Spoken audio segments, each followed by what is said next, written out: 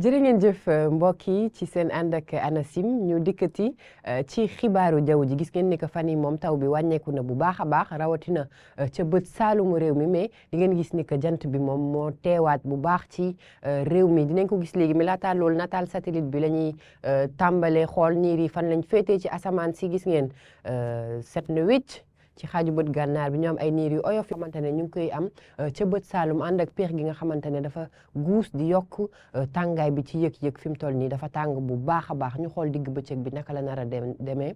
niir yi ñu waxoon léegi nii ñu ngi teew ca bët saalum tuuti boori Tambacounda wala fu mel ni Kaolack ak Mbour côté Dakar tamit niir yoo xamante ne fii ak guddi gi mën nañ indi ay tuuti taw mais tepp-tepp lay doon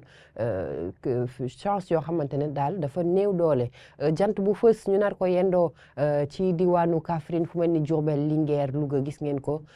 carte bu rafet lañ am tey Saint-Louis Thiès Matam Bakel Podor ñu am fa fanweeri degré ñeent fukki degré pardon ak benn mooy température bi gën a kawe ñeent fukki degré ñu am ko ca Matam ci digg réew mi ñu am fa fanweeri degré ak juróom ñaar ca bët sàllum moom température yi fa ëpp mooy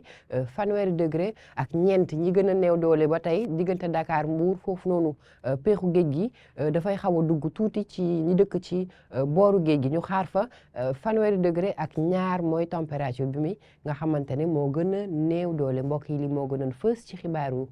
jaww ji ci bésub tey jile en tout cas fii ak guddi incha allah Cheikh Tidiane defal leen mise à jour bi ñu xool niir yi naka la ñuy évoluer xarala yu yees yaa ngoog mun ngeen wëy di ko topp fii ak ci kanam tuuti ma ñëw ñu faram-fàcce ko ci nasaraan bi jërë ngeen jëf mbokk yi